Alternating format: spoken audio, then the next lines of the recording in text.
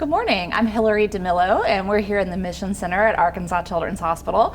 I'm joined this morning by Dr. Tiffany Howell, who is a pediatric psychologist at UAMS and ACH.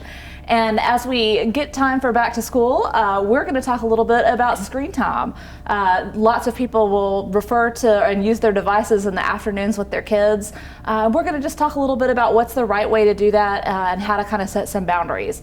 So Dr. Howell, thank you for joining us today to chat a little bit about this. Happy to be here. First of all, how can parents decide when screen time is appropriate and how to make those rules for their family?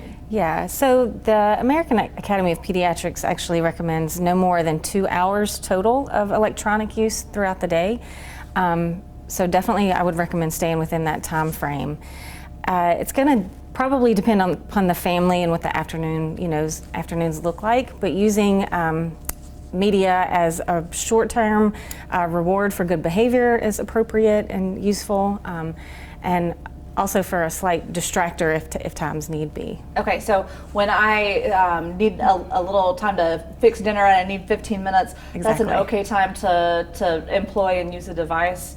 Yes, yeah, Okay. I would definitely think that would be appropriate, and trying to keep it within limits of 15 to 30 minute increments at a time. Okay. Would you say that some of the way that you interact with devices varies depending on a child's age? Like, what is more appropriate for a younger child, say maybe 2, and how do you begin to make that evolution into a little more screen time and some different regulated sites as you get older? Yeah, definitely. So age definitely would impact it, with being the younger they are, the more minimal it needs to be, whereas as they get older and more independent, allowing more screen time. And so much of that now is part of the social aspect as well, so allowing for a little bit more time as they get older. Okay. What are some signs or signals that maybe your child is getting a little too much screen time and you need to rethink the strategy? Yeah, so if they're having a difficult time, what we call unplugging, so kind of being obsessive about not wanting to put their phone away, constantly checking Instagram or other sites, constantly talking about who's posting what, who's commenting on what, if that's their sole kind of universe, if they have a hard time disconnecting from that, would definitely be a huge red flag. Okay.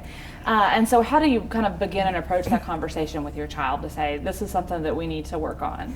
Yeah, I think that would actually be a good start, just Really? letting them know that I've noticed these things, I'm concerned about it, and I feel like we need to start dialing back the amount of time that you're spending on social media. Okay. I saw they've even made these like cute, they look like little jail cell things that you can literally lock up a phone or whatever, so for dinner time or whatever, just having specified time, we are not using phones, we are not using electronics at this time. Talk to me about why having that unplugged time is really important for a child's development. Yeah, so it helps with social reciprocity, learning how to interact with others and not just behind a screen. It stimulates more of the senses, so when you're on a screen time, it just activates your visual, sense, whereas talking and interacting incorporates more smelling, listening, interaction kind of thing.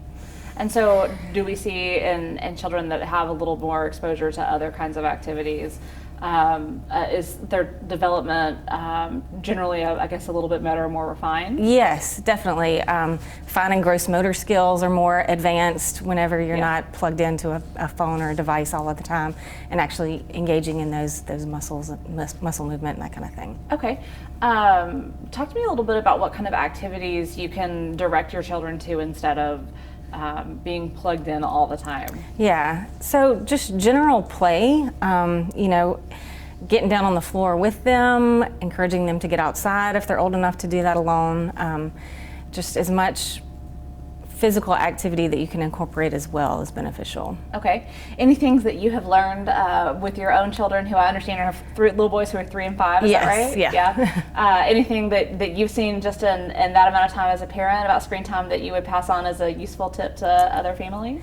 Yeah, so I know you and I were joking earlier about the screen time basically potty trained our kids Yeah, because it was yeah. such an effective So reinforcer. many people do. Yeah, so it can be very, very helpful and very effective in those kinds of things, but it's also important to, again, like I said, make sure that it's limited and getting them outdoors or engaged in other activities, reading, playing games, that kind of thing.